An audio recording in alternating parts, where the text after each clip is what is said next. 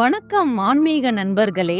இன்றைய காணொளியில் நாம் காரைக்கால் அம்மையாரை பற்றி சிந்திப்போம்.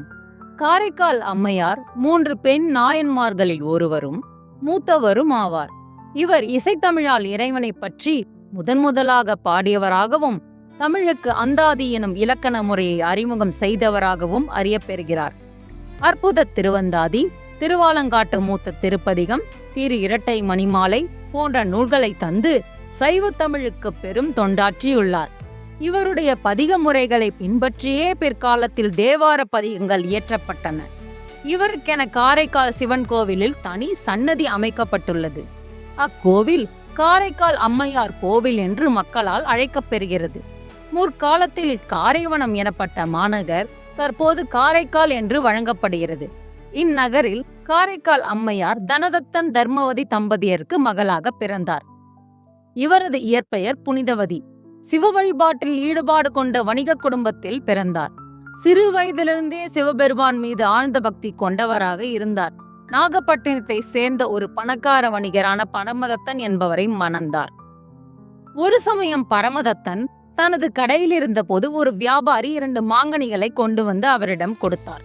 அந்த கனிகளை பெற்ற பரமதத்தன் அதனை தன் வீட்டிற்கு கொடுத்து அனுப்பினார். அவரது வீட்டிற்கு சிவனடியார் ஒருவர் உணவு வேண்டி வந்தார். அவரை வரவேற்று அமர செய்தார் அம்மையார். மதிய உணவு தயாராக இல்லாததால் தயிர் கலந்த அன்னம் படைத்து அத்துடன் தன் கணவன் கொடுத்து அனுப்பிய மாங்கனிகளுள் ஒரு மாங்கனியையும் தந்து உபசரித்தார். மதிய உணவிற்கு வீட்டிற்கு வந்த பரமதத்தனுக்கு பல வகை பதார்த்தங்களுடன் அன்னம் பரிமாறிய அம்மையார் சிவனடியாருக்கு படைத்தது போக மீதம் இருந்த ஒரு மாங்கனியை அவருக்கு வைத்தார். மாங்கனியின் சுவை நன்றாக இருக்கவே மற்றொரு கனியையும் தனக்கு வைக்கும்படி கேட்டார் பரமதத்தன். அம்மையார் செய்வதறியாது திகைத்து சமையலறைக்குள் சென்று சிவபெருமானிடம் மனமுருக வேண்டினார். உடனே அவர் கையில் ஒரு மாம்பழம் தோன்றியது. மகிழ்ச்சி அடைந்த அம்மையார் அதனை கணவனுக்கு படைத்தார்.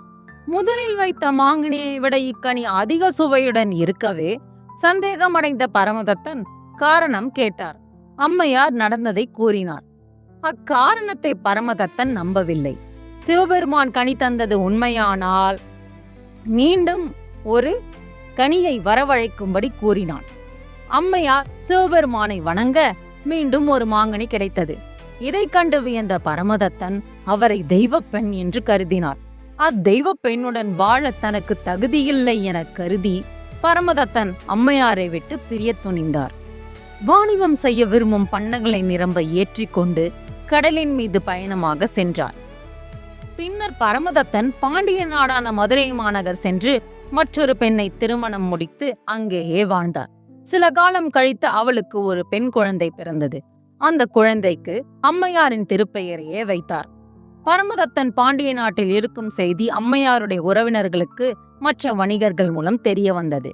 அவர்கள் அம்மையாரை அழைத்து கொண்டு பாண்டி நாட்டை நோக்கி புறப்பட்டு போனார்கள். பாண்டி நாட்டில் பரமதத்தன் இருக்கும் நகருக்கு வெளியே உள்ள ஒரு இடத்தில் தங்கி அம்மையார் வந்திருக்கும் செய்தியை பரமதத்தனுக்கு ஒரு ஆள் மூலம் சொல்லி அனுப்பினர்.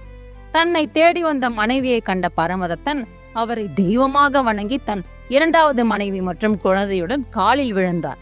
இவர்கள் தெய்வத்தன்மை உடையவர்கள், அதனால் தான் காலில் விழுந்தேன், நீங்களும் இவரை போற்றி வழிபடுங்கள் என்று கூறினான். அதன் பிறகு கணவருக்காக தாங்கிய உடல் நீங்கி இறைவரை போற்றுகின்ற பேய் வடிவத்தை அடியேனுக்கு அருள வேண்டும் என்று இறைவனிடம் வேண்டி நின்றார் காரைக்கால் அம்மையார்.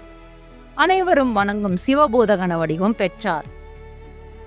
அம்மையார் இறைவனை காண கைலாயம் சென்றார். கைலாயம் இறைவன் உறையும் புனிதமான இடம் என்பதால் அங்கு தரையில் கால் ஊன்றாமல் தலைகீழான நிலையில் சென்றார். கையிலையில் இறைவனுடன் இடங்கொண்டு அமர்ந்திருந்த பார்வதி அம்மை தலையால் நடந்து வரும் அம்மையை கண்டு இவர் யாரென கேட்க, நம்மை பேணும் அம்மை கான் என கூறி அம்மையே வருக என்றழைத்து வேண்டுவன கேள் என கேட்டார். அதற்கு அம்மையார், பிறவாமை வேண்டும், மீண்டும் பிறப்புண்டேல் இறைவா உனை என்றும் மறவாமை வேண்டும், இன்னும் வேண்டும் நான் மகிழ்ந்து பாடி இறைவா நீ ஆடும்போது உன் அடியின் கீழ் இருக்க என்றார். அவ்வாறே அருளிய இறைவன் அவருக்கு தன் திருத்தாண்டவம் காட்டி திருவாலங்காட்டிற்கு வரப்பணித்து அங்கு அருளிய இறைவன் தன் திருவடி கீழ் என்றும் இருக்க அருளினார். நன்றி, வணக்கம்.